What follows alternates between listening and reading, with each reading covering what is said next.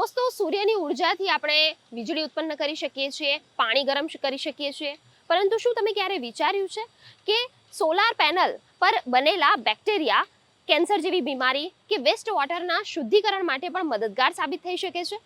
જી હા, ગુજરાત ટેકનોલોજીકલ યુનિવર્સિટીના સંશોધકો દ્વારા સોલાર પેનલ માઇક્રોબાયોમ પર એક ખાસ સંશોધન કરવામાં આવ્યું છે અને એવી શોધ કરવામાં આવી છે કે આ સોલાર પેનલ પર બનેલા બેક્ટેરિયા કે જે એક નાના જીવ છે એ જીવનમાં મોટા બદલાવ લાવી શકે છે.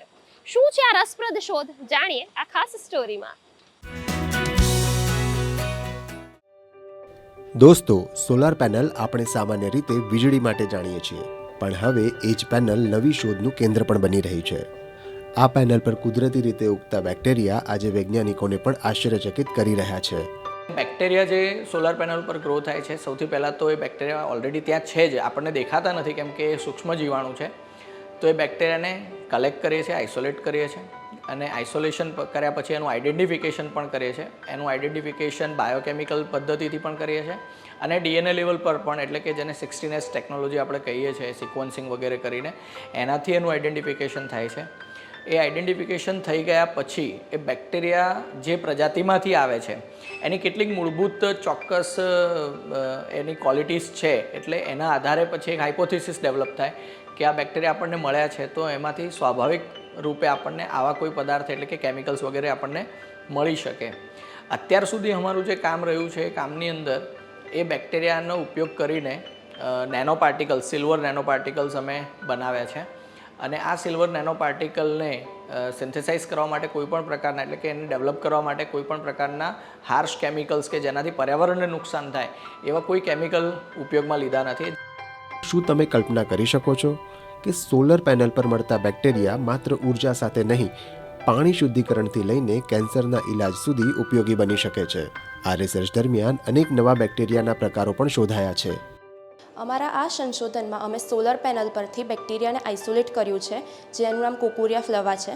જે બેક્ટેરિયાને અમે અલગ અલગ વસ્તુમાં ઉપયોગ કરવામાં આવે છે, જેનું અમે લોકો એક ઉપયોગ છે જે અમે લોકોએ પાણીનું શુદ્ધિકરણ માટે કર્યું છે.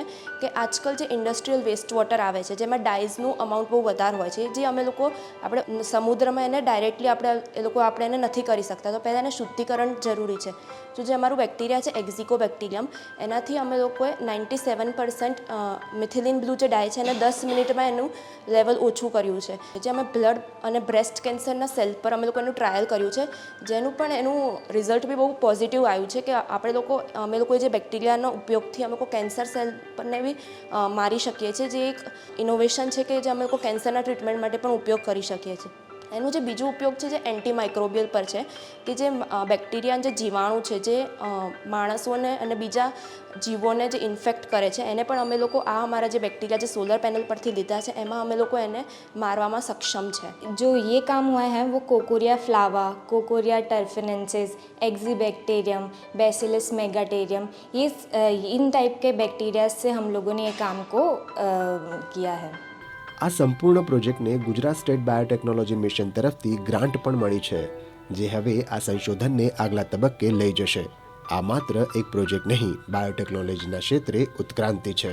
ડૉક્ટર કુલદીપ લોહાણા અને એની ટીમ દ્વારા જે એક વિશેષ પ્રયાસ કરીને સોલર પેનલમાંથી આ બેક્ટેરિયા એમણે શોધી કાઢ્યા છે અથવા તો આઇસોલેટ કર્યા છે. કારણ કે સોલર જે પેનલ છે એ વધારે ટેમ્પરેચરે, ઉનાળામાં લગભગ 55 ડિગ્રી સુધી ત્યાં ટેમ્પરેચર જતું હોય છે, ત્યાંથી આ બેક્ટેરિયા મેળવ્યા હોવાના કારણે ખૂબ રોબસ્ટ કન્ડિશન્સમાં ગ્રો થઈ શકે એવા બેક્ટેરિયા છે.